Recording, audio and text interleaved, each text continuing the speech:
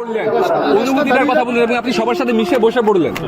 গীতা শুধুমাত্র হিন্দুদের ধর্মগ্রন্থ নয়, গীতা একটি বিজ্ঞান। গীতা যত পড়বেন, গীতা থেকে যত গ্রহণ করবেন, ততই পরিপূর্ণ মানুষ হতে পারবেন। গীতা একটি বিজ্ঞান, আন্তর্জাতিক বিজ্ঞান। আমি 23-এও অংশগ্রহণ করেছিলাম, আজকেও অংশগ্রহণ করলাম।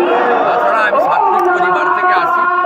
আমার শালগ্রাম, শিলা, তুলসী, গীতা, রামায়ণ, মহাভারত, বেদ, উপনিষদ এগুলো পড়তে হয়, জানতে হয়। কিছুটা আমরা ত্রুটিযুক্ত মানুষ, কিছুটা শেখার চেষ্টা করি। শুভেন্দুদা, তৃণমূল কংগ্রেস তারা বলছে এটাও নাকি রাজনীতির একটা অংশ। গীতা পাঠের মধ্যেও নাকি বিজেপির রাজনীতি আছে, এটা তাদের বক্তব্য। আয়োজকরা তো বলেছিলেন যে মুখ্যমন্ত্রীকেও আমন্ত্রণ করেছেন। মুখ্যমন্ত্রী না এসে প্রমাণ করলেন তিনি প্রকৃত হিন্দু নন। আয়োজকরা বলতে পারবে কেন আমন্ত্রণ করেছিল। আমি তো মমতা ব্যানার্জিকে হিন্দু বলে মনে করি। আমি তো ওনার সঙ্গে কাজ করেছি এবং ওনাকে পরিত্যাগ করেছি।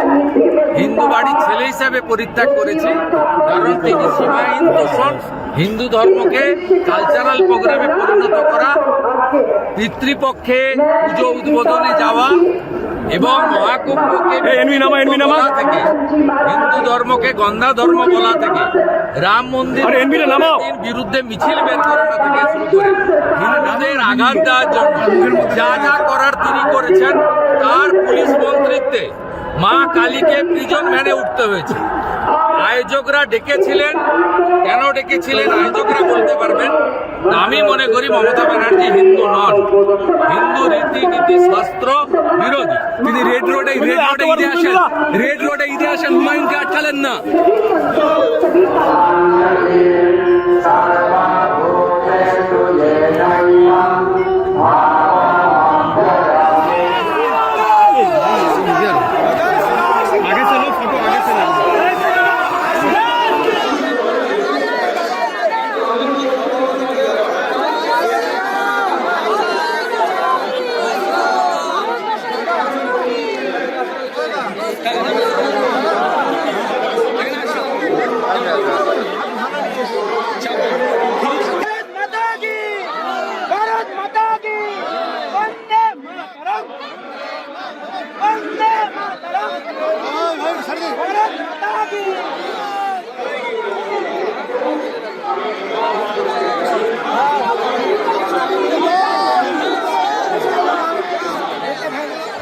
আমার নিজের আনন্দ হচ্ছে যে দেশের স্বাধীনতা সংগ্রামে যে গীতা বড় ভূমিকা নিয়েছিল, অগ্নিযুগের বাঙালি বিপ্লবীরা যে গীতা বুকে নিয়ে স্বাধীনতা সংগ্রামে ঝাঁপিয়ে পড়তেন, নিজের জন্য প্রাণ বলিদান করতেন, আজকের বাংলার যুবক যুবতীরা সেই গীতাকে বুকে নিয়ে এই অরাজকতা থেকে, এই নারকীয় পরিস্থিতি থেকে মুক্তি চাইছে। যেভাবে অস্তিত্ব পশ্চিমবঙ্গ পূর্ববঙ্গ মিলিয়ে দুই বাংলা থেকেই নিশ্চিহ্ন হয়ে যাচ্ছে। এই দুই বাংলা থেকেই যে নিশ্চিহ্ন হওয়ার অবস্থা, একমাত্র ভগবদ গীতাই পাতে আমাদেরকে বাঁচাতে।